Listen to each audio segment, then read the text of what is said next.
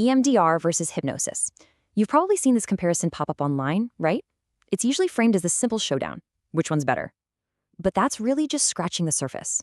The truly interesting stuff, well, it's what's going on underneath. So let's dive in and take a closer look. And this quote just gets right to the heart of it, doesn't it? I mean, we are just swimming in these super simple comparisons. Everything gets boiled down to a tweet. So in this explainer, we're going to do the opposite. We're going to unpack this whole thing, move way beyond the surface level summary, and find out what's really going on. Okay, so first things first. To be fair, there's a pretty good reason EMDR and hypnosis get talked about in the same breath. They actually do share some important common ground. Let's start there before we get into all the ways they're different. And here's what it is. This is the big idea they both share. In both of them, you have a practitioner who's basically helping to guide you into a specific mental state, a state where, change can happen more easily. And that's really the thing that links them. But, and this is a big but, from that one shared starting point, they go off in some really, really different directions. All right, this is where we get to the heart of it all. We're going to break down the 3 big ways these two treatments are not the same. This is where we stop just comparing them and start really, truly understanding them. Okay, point number 1.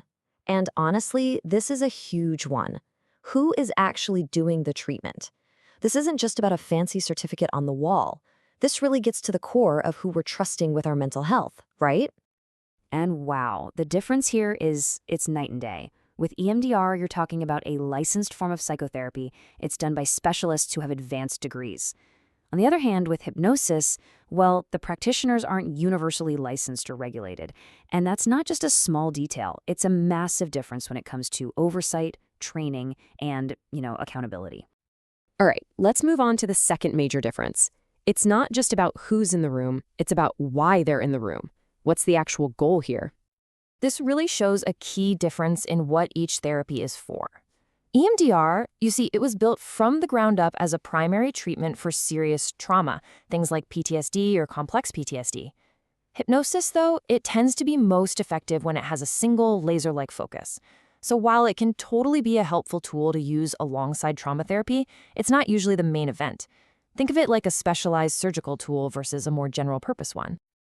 And that brings us to our third big point. What's the journey actually like? What can you expect in terms of timeline and structure? Yeah, the big takeaway here is the difference between having a set plan versus being more spontaneous. EMDR follows this really specific step-by-step protocol. It's typically a longer commitment, something like 8 to 12 sessions. Hypnosis, on the other hand, is way more flexible.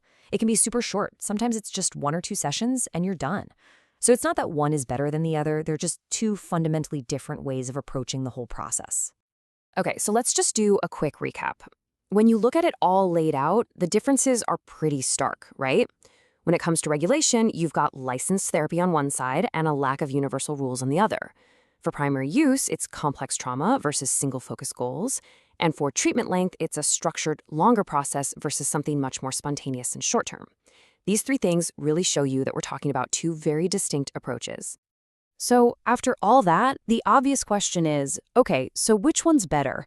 But here's a thought. What if that's completely the wrong question to be asking? Let's try to reframe this whole conversation and get away from this better versus worse trap.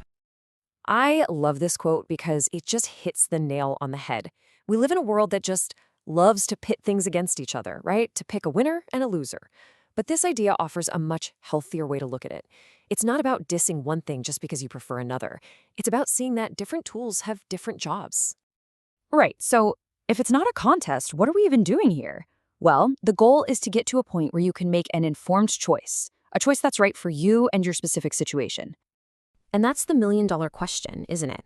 Now that we have all this information, this more nuanced picture, how do you actually decide? Well, here are some really practical things to think about that can help guide you. First, there's just your personal preference, what feels right to you after you've done a bit of homework. Then there's the real-world stuff, like cost and accessibility. A big one is keeping an open mind, trying not to just slap that woo-woo label on something you don't fully understand yet. And finally, think about your own past experiences. Does something familiar feel right, or are you ready to try something totally new? And at the end of the day, this is the real takeaway. The point isn't just to pick a winner between EMDR and hypnosis. The real value is in the process of choosing itself. It's a chance to really sharpen your own judgment, to do the research, and to open your mind to different possibilities. So I want to leave you with this final thought. We spend so much time and energy worrying about the what. What should I choose? What's the right path?